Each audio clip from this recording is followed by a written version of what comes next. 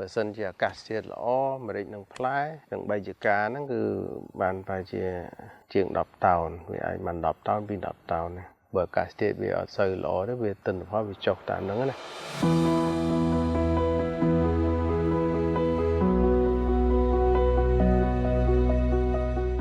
ខ្ញុំឈ្មោះចេញវណ្ណារាហើយ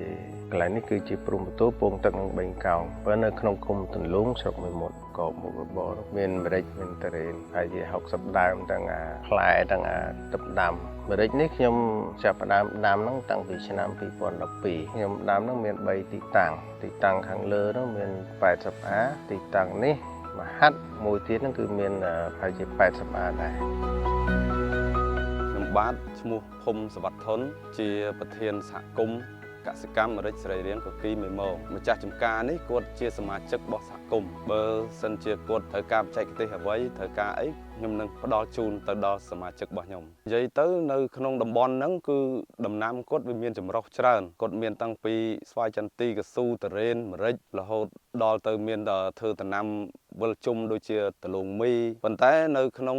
សហគមន៍របស់យើងគឺយើងផ្ដោតទៅលើវិស័យម្រេចច្រើនជាងគេសរុបផ្ទៃដីចការម្រេចយើងមានរហូតដល់ទៅ35ហិកតាដែលចងក្រងដំបងប៉ុន្តែនៅក្នុងកំឡុងនោះយើងខ្វះបច្ចេកទេសច្រើនហើយយើងដាំតាមទំនៀមទម្លាប់ផងហើយតាមគ្នាផងវាធ្វើឲ្យមានបញ្ហាច្រើនអញ្ចឹងវាអាចនឹងបាត់បង់ខ្លះវាងាប់វាអីទៅវាអាចនៅសល់ដល់35ហិកតាទេយើងសល់បានប្រហែលជា27-28ហិកតាប៉ុណ្ណឹងឆ្នាំកន្លងមកអាខែដែលវារីងទឹកវាខ្វះទឹកណាអញ្ចឹងគឺបញ្ហាងាប់ក៏ច្រើនដែរតែចិត្តថាត្រូវរៀបចំដាំឡើងវិញដកចលងចេញអស់កោះអាប្រព័ន្ធទយោអីចេញអស់ធ្វើដីឲ្យស្អាតហាលដីបានយកកបោនោះមកបាចឲ្យភ្ជួរលុបវាទៀតដើម្បីឲ្យទៅជីអីចឹងទៅខ្ញុំបានគិតពិចារណាដែរថាបើយើងយកការប្រើប្រាស់ប្រព័ន្ធទឹកវាចាស់យកមកប្រើយើងនឹងជួបផលលំបាកទយោក្រៅនេះអានេះកាលមុនប្រព័ន្ធចាស់ហ្នឹងយើងប្រើទយោហ្នឹងឃើញស្រាប់ហ្នឹងណាឃើញសិតទៅតំណអានេះសារវាបាក់បែកវាចេះតែត្រូវថ្ងៃទៅស្រួយទៅយើងចេះតែតជួសជុលវាបានប្រើស្រួលទៅវាមិនស្រួលទៀតវានៅតែបែកបន្តទៀតអញ្ចឹងហើយបានជាគិតខ្លួនឯង design ខ្លួនឯងតែតើត្រូវរៀបចំប្រព័ន្ធទឹកយ៉ាងម៉េចដើម្បីឲ្យមានភាពងាយស្រួលតើយើងយកទយោប្រភេទណាដើម្បីឲ្យវាធន់នឹងអាកាសធាតុដែលអាចប្រើប្រាស់នឹងបានយូរអង្វែងចឹងហើយក៏បានតាក់ទងទៅលោកសុធនហ្នឹងគាត់ជាប្រធានសហគមន៍ម្រេចការងារខ្ញុំតែងតែពិភាក្សាទៅជែកជាមួយគាត់តើយើងត្រូវរៀបចំរចនាសម្ព័ន្ធហ្នឹងយ៉ាងម៉េចដើម្បីឲ្យវាប្រើប្រាស់បានល្អ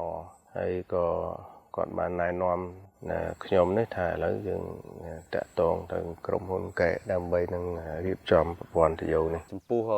ការរៀបប្រព័ន្ធទឹកនឹងដែរពីដំបូងយើងអត់បានដឹងថាវាមានប្រដាប់ប្រដាទំនើបដែលអាចប្រើប្រាស់បានហើយធន់អានេះយើងមានប្រើជាឡាញអញ្ចឹងយើងប្រើ4ឡាញ4ប្លុកគឺយើងត្រូវបើកម្ដងគឺបើកទាំងអស់ហ្មងគឺយើងបើកមកកប់អញ្ចឹងហ្មងបើកមកកប់ទៅមួយឡាញហ្នឹងហើយវាចំណេញដោយសារតែបើយើងប្រើអាហ្វាន Q ហ្នឹងត្រូវដាក់ហ្វានច្រើនវាអត្តនីដល់ពេលអានេះយើងដាក់មួយហ្នឹងយើងបើកបាន500ចលួងក្នុងមួយឡាញក្រុមហ៊ុន Gain គាត់មករៀបប្រព័ន្ធទឹកគាត់មានភាពច្បាស់លាស់ក្នុងមេមួយមេរត់ទៅមេកៅចេញបានប្រហែលលីត្រអាចស្រោចបានប្រហែលកញ្ចែអញ្ចឹងអាខាងចុងគេក៏ទឹកប៉ុណ្ណឹងអាខាងដើមគេក៏ទឹកប៉ុណ្ណឹងខ្ញុំគិតថាប្រព័ន្ធគាត់ល្អគាត់មានបច្ចេកវិទ្យាល្អចំណុចមួយទៀតដែលខ្ញុំទទួលយកក្រុមហ៊ុន Gain ហ្នឹងដោយសារតែផលិតផលរបស់គាត់ហ្នឹងវារឹងមាំហើយធន់ម៉ាស៊ីននេះម៉ាស៊ីនម៉ាសុត30សេសតាក់ជាមួយក្បាលបូម N7 ប្រើមកកញាក់កៅទយោកៅទីកៅមកបានយើងដាក់hơiខ្យល់មួយអានេះហៅhơiខ្យល់ដាក់ដើម្បីឲ្យវាដកខ្យល់ចេញនៅពេលដែលយើងបើកទឹកឲ្យវាធ្លាក់ចូលទៅក្បាលបូមហើយបន្ទាប់មកទៀតយើងដាក់នាឡិកានេះយើងមើលសម្ពាធទឹកថាយើងប្រឆេះម៉ាស៊ីនតឡើងប៉ុណ្ណាបើយើងចង់ឲ្យទឹកខ្លាំងយើងតឡើងវារហូតដល់5បាមក5បា6បាមកវានឹងចែកចូលមកតាមនេះអានេះហ្វានមួយនេះយើងដាក់គឺដើម្បីបិទបើកហ្វាននេះតិចឲ្យវាទឹករត់តាមនេះវាបឺតជីឡើងហើយយើងយកទៅស្រោចស្រពខាងលើបន្ទាប់មកទៀត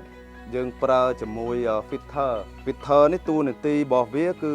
ចម្រោះសម្រាមកុំឲ្យសម្រាមហ្នឹងទៅស្ទះដល់បច្ច័យខាងលើនោះហើយយើងឆ្លងកាត់មកហ្នឹងមកបានយើងដាក់នាឡិកាមួយទៀតនាឡិកានេះយើងគិតថាទឹកវាចេញមកពីនោះប្រហែលបាហើយវាចម្រោះហើយវានៅសល់ប្រហែលបាបើសិនជាយើងឃើញថាចម្រោះហើយទឹកនេះនៅក្រោម2បាអញ្ចឹងវារត់អត់រួចទេទៅលើនោះវាខ្សោយអញ្ចឹងយើងត្រូវធ្វើម៉េចទៅឡើងម៉ាស៊ីនឲ្យខ្លាំងបន្តិចមកឲ្យឡើងអានេះដល់ទៅ4បាដែរទឹកទៅលើនោះវាគ្រប់គ្រាន់ហើយផលិតផលទាំងអស់នេះក្រុមហ៊ុន Gen យើងកំងទិញពីនោះមកគាត់មានមួយឈុតទាំងអស់ហ្នឹងខ្ញុំប្រើរយៈពេលប្រហែលជា6 7ខែនេះឃើញថាវាដូចអត់មានបញ្ហាកន្លែងណាថាវាខូចខាតអីនេះគឺវាស្រួលប្រើអញ្ចឹងគឺល្អអញ្ចឹងហើយឥឡូវនេះគឺយើងធ្វើបានហ្នឹងវាជោគជ័យហើយឆ្នាំក្រោយនេះខ្ញុំនឹងរៀបចំធ្វើបន្តទៀតនៅចកាងើនោះដើម្បីឲ្យវាងាយស្រួលហើយចំណេញពេលវេលាបើសិនជាអាកាសធាតុល្អម្រេចនឹងផ្លែទាំង3ចកាហ្នឹងគឺបានប្រហែលជាជាង10តោនវាអាចបាន10តោនពី10តោនណាបើអាកាសធាតុវាអត់សូវល្អទេវាទិន្នផលវាចុះតាមហ្នឹងណាអានេះគឺយើងកាប់វាបាទពេលវាឡើងយើងកាប់វាគ្រប់ថ្នាំងទាំងអស់ដើម្បីឲ្យវាចាប់ឫសវាហ្នឹងជាមួយនឹងជ្រលងហ្នឹងណាការកាប់ឲ្យគ្រប់ថ្នាំងនេះគឺយើងថែទាំធ្វើម៉េចឲ្យល្អយើងយកទៅធ្វើពូជហ្នឹងក៏ល្អដែរ